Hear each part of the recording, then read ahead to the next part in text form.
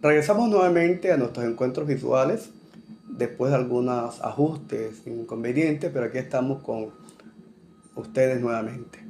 Antes de comenzar, queremos agradecer a todos los colegas que de alguna manera nos hacen sugerencias, comentarios, nos preguntan por los videos, que cuándo van a salir. Pero queremos hacerle un reconocimiento público a dos colegas que son los que permanentemente, cada vez que subimos un video, nos hacen sugerencias, nos hacen críticas, y esas críticas son las que nos permiten ir hilvanando nuevas ideas. Esos colegas son Luis Eduardo Pérez Marrugo y el colega César Mora Alonso. Bueno, entonces ahora sí, entramos en materia. Pareciera que el título fuera repetitivo del último encuentro, pero no. Vamos a retomar nuevamente la certificación de los aprendizajes por unos elementos que no aparecen en el video anterior. Inicialmente porque pareciera que la certificación de los aprendizajes estuviese pensada exclusivamente para la educación media. De igual manera pareciera que sería la única manera de abordarlo desde la oralidad tal como lo expusimos en el video anterior.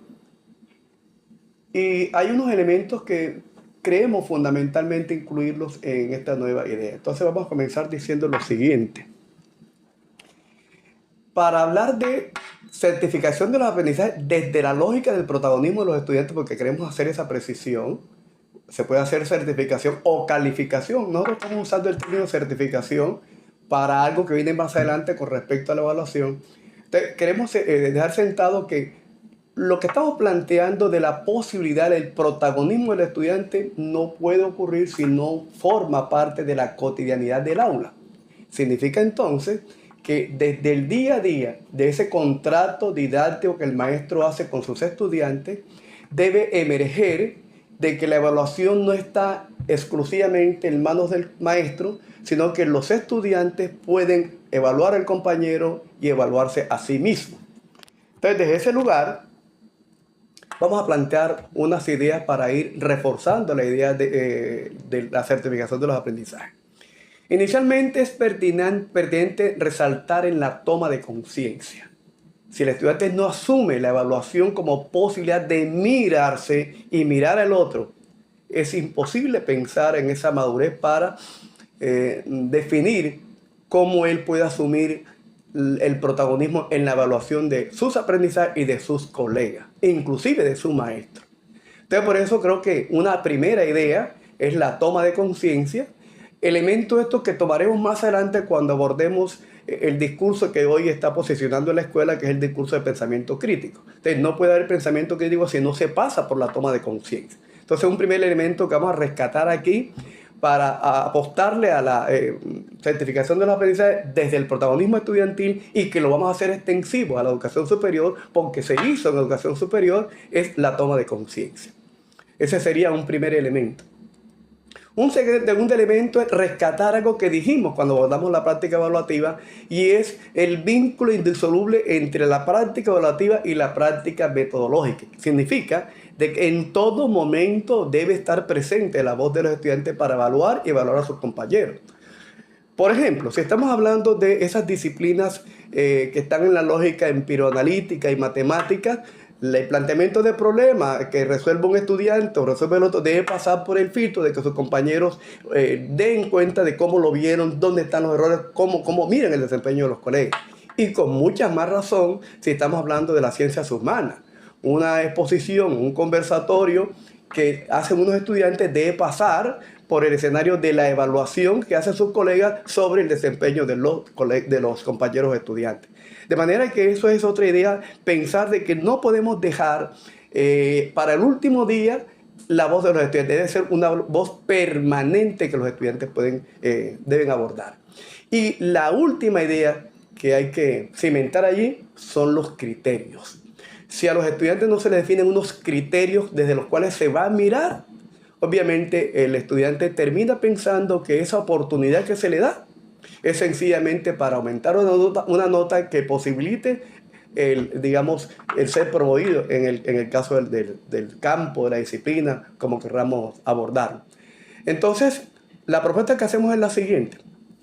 Si estamos hablando del humano como totalidad, hay que pensar, decirles que si bien es cierto vamos a hablar a evaluarse a sí mismo como ser humano, es posible distinguir unas dimensiones de los humanos desde los cuales él se puede mirar. Por eso proponemos unos criterios que están en términos de las dimensiones humanas. Entonces proponemos un criterio cognitivo en donde el estudiante se va a mirar y a mirar el otro en el plano de lo que puede hacer con los elementos intelectuales. Jerarquizar para allá en los niveles de preescolar, analizar, interpretar, argumentar, planteamiento de hipótesis, niveles de argumentación, son elementos que él podía retomarlo como elementos para ver y verse y así definir cómo ha sido el desempeño. Otro elemento que podemos incluir es el criterio actitudinal.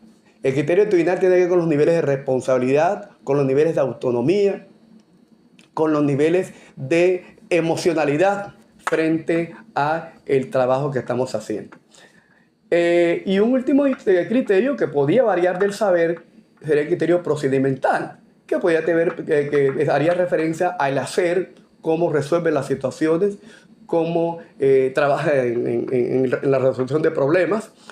Pero de igual manera es posible pensar en otros criterios dependiendo, digamos, de las características del saber. Por ejemplo, en el caso de los colegas de ciencias, es posible pensar en un criterio comunicativo, de lengua, pero igualmente ese criterio comunicativo también se puede pensar en la ciencia. De manera que, insisto, los criterios pueden deberse a lo que plantea el maestro, pero no podemos pensar en una autoevaluación, en una heteroevaluación, que son los elementos que generalmente se conocen con esos términos, pero nosotros hablamos de certificación de los aprendizajes como punto de llegada. No podemos pasar por allí si no le entregamos las herramientas para que el estudiante pueda mirar y mirarse. Ahora bien, un último elemento para agregar allí es que esa manera como el estudiante se evalúe, le demos la posibilidad de que asuma la posibilidad de la mejora continua.